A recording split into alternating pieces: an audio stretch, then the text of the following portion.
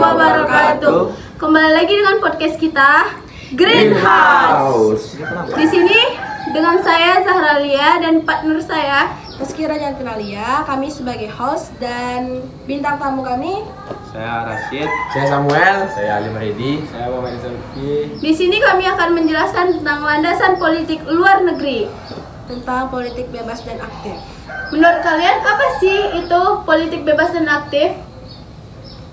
Menurut saya mengacu pada pendekatan diplomasi yang untuk menjaga kedaulatan bebas dan kepentingan nasionalnya.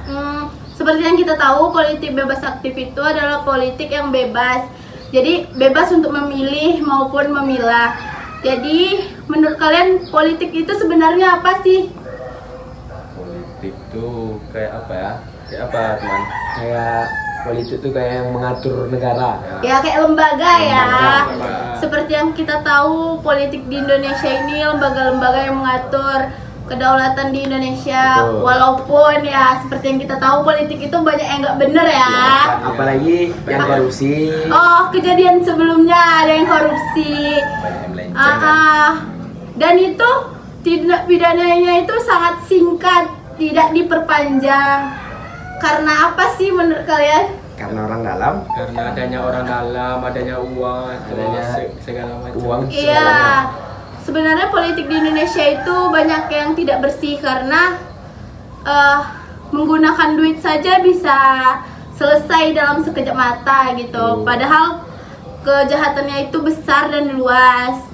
Sedangkan orang yang nggak berduit itu malah dihukum seberat-beratnya. Dan dipenjarakan. Iya, benar. Karena gitu. Ada lagi yang mau ditanya? Lanjut. Politik bebas aktif itu pasti punya landasan. Menurut kalian itu landasan politik luar negeri itu apa sih? Iya. Apa aja gitu? Yang pertama tuh landasan ideal. Apa itu? Apa itu landasan ideal? Politik luar negeri Indonesia adalah Pancasila. Dia Seperti yang kita bergantung tahu, pada Pancasila. ya, Pancasila itu kan dasar dari segala dari- dasar. Betul. Selanjutnya yang kedua, Landasan konstitusional. apa tuh? Apa itu? Landasan konstitusional politik luar negeri Indonesia ini adalah apa ya? Undang-Undang Dasar 1945. Ya, seperti kita tahu, setelah Pancasila ada undang-undang yang menjadi dasar Indonesia juga, yang itu menjadi peraturan negara kita. Yang ketiga, ada apa itu, Rashid? Landasan operasional. Landasan operasional apa itu? Landasan operasional itu politik luar negeri Indonesia yang sebenarnya dinamis karena mengikuti perkembangan zaman. Iya, menurut yang kita tahu juga perkembangan zaman yang sekarang itu sangat pesat. Tergantung kita memahaminya.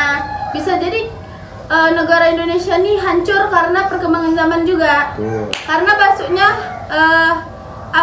tren-tren dari negara luar, negara-negara barat.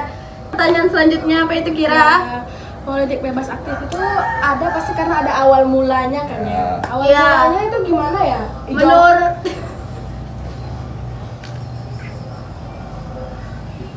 Gimana menurut Irza? Awal mula ya. Ya betul. Kentut aja. Pasca perang. Coba itu waktu pasca Awal perang. mulanya pasca perang terbentuk dua kubu besar yang saling bersaing dalam perang dingin, yaitu blok barat dan blok timur. Blok barat dipimpin Amerika Serikat yang beraliran liberal kapitalis. Blok timur dipimpin oleh Uni Soviet yang menganut paham komunis dan sosialis. seperti yang kita tahu juga, blok barat dan blok timur itu adalah perang dingin yang sangat besar dari Uni Soviet dan Amerika Serikat. Itulah yang memicu awal mulanya terjadinya politik luar negeri. Selanjutnya, Tujuannya. Contoh penerapan prinsip politik luar negeri itu kayak mana sih? menurut kalian siapa yang Pasti ada contoh. Iya, menurut Samuel apa ini? Bagi bebas aktif. Contohnya tuh kedua blok ini saling Contohnya tuh salah satu adalah tidak memihak salah satu pihak atau blok yang Iya. berkuasa. Berkuasa. Jadi kayak Kayak netral gitu. Iya netral, nggak harus milih A, nggak harus B. Netral mana? Itulah makanya diciptakan politik bebas aktif tersebut, supaya bisa netral, nggak ada yang berkubu gitu. Next, pertanyaan selanjutnya. Apa sih sebenarnya tujuan dari bebas aktif ini?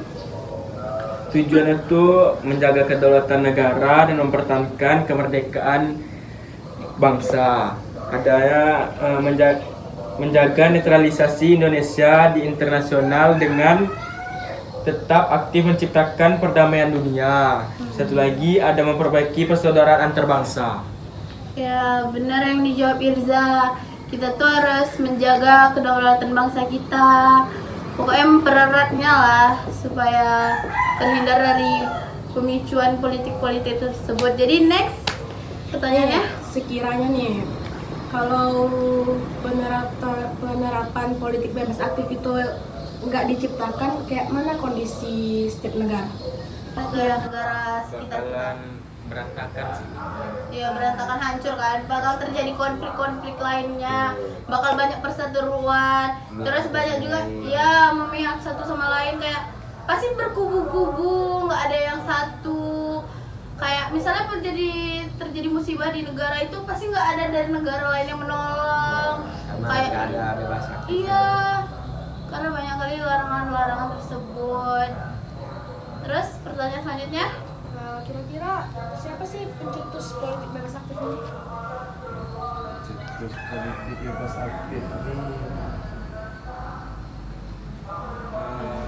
Hatta Hatta, dijuluki Bapak Koperasi Dunia.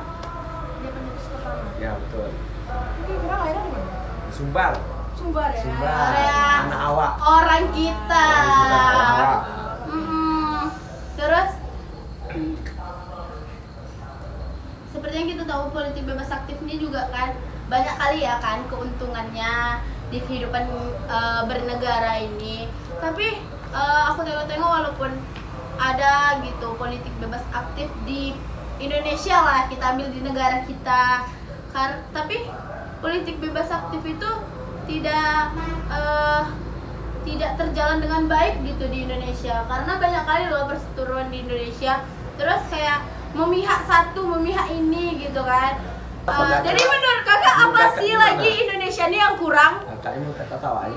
Politik bebas aktif itu pasti punya dampak negatif dan positifnya. Iya Bisa nggak sih. sih kalian sebutin dampak-dampaknya itu? Iya, coba abang sebutin dampak positif dan negatif politik bebas aktif ini.